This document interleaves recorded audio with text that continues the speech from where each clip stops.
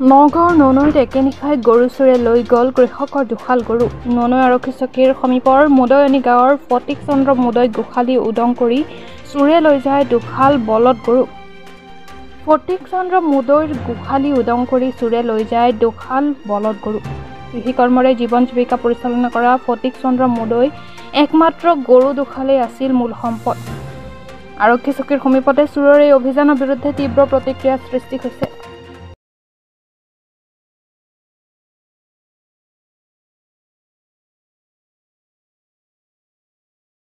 আমি আমাৰ পৰিয়ালেই হয় তেখেতে খেতিৰ ওপৰতে জীৱন নিৰ্বাহ বুলি ক'ব পাৰি। বহুত কষ্ট কৰে, অনবৰত গৰুৰ লগতে লাগি থাকে, খেতিতে লাগি থাকে। এতিয়া তেওঁলোকে কি কৰিব, এহালো নহয় দুহালকে গৰু লৈ গৈছে। অতি মানে দুখনীয় কথা এইটোৱে যে পুলিচ থানাখন একে সন্মুখতে তেওঁলোকে নাইট ডিউটি মাৰিয়ে থাকে, দেখিয়ে থাকো যে তেওঁলোকে যিটোত মানে মনোনিৱেশ কৰিব লাগে সেইটো বিষয়ত চাগে মনোনিৱেশ নকৰে। সেইকাৰণে এনেকুৱা এটা ঘটনা হ'বলৈ হৈছে। তেওঁলোকে মানে নিজৰ ডিউটিটোহে নিজে দায়িত্ব পালন কৰা নিচিনা। বাহিৰখন কি হৈছে কি নহৈছে একো হেৰি নাই। তেওঁলোকে মানে গাড়ী বিলাক কলে যায়, কি কৰে, সেয়াতে লক্ষণীয় হৈ থাকে নেকি। যে এটা ওচৰতে এটা ঘটনা হব, ওচৰতে এনেকুৱা এটা ঘটনা হব, তাত কোনো লক্ষ্য নকৰে।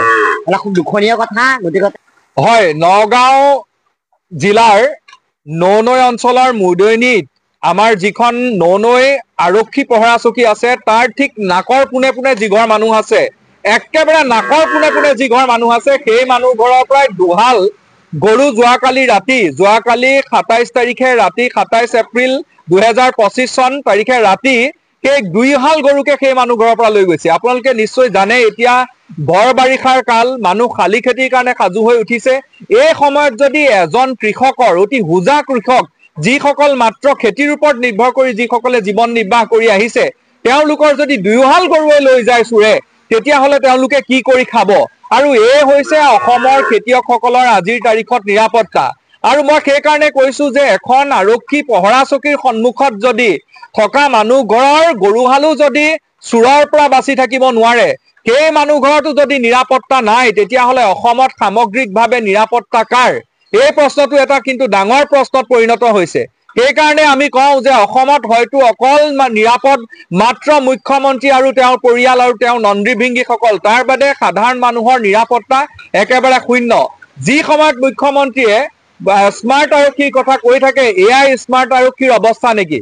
আজি এখন আৰক্ষী পহৰা চকীত এটা CCTV কেমেৰা পৰ্যন্ত নাই। CCTV কেমেৰা থকাহেঁতেন অন্তত এই আৰক্ষীৰ নাকৰ পোনে পোনে থকা যিঘৰ মানুহ, তাত য'ত আপোনাৰ আজি চুৰিকাণ্ড সংঘটিত হ'ল, সেই মানুহ ঘৰৰ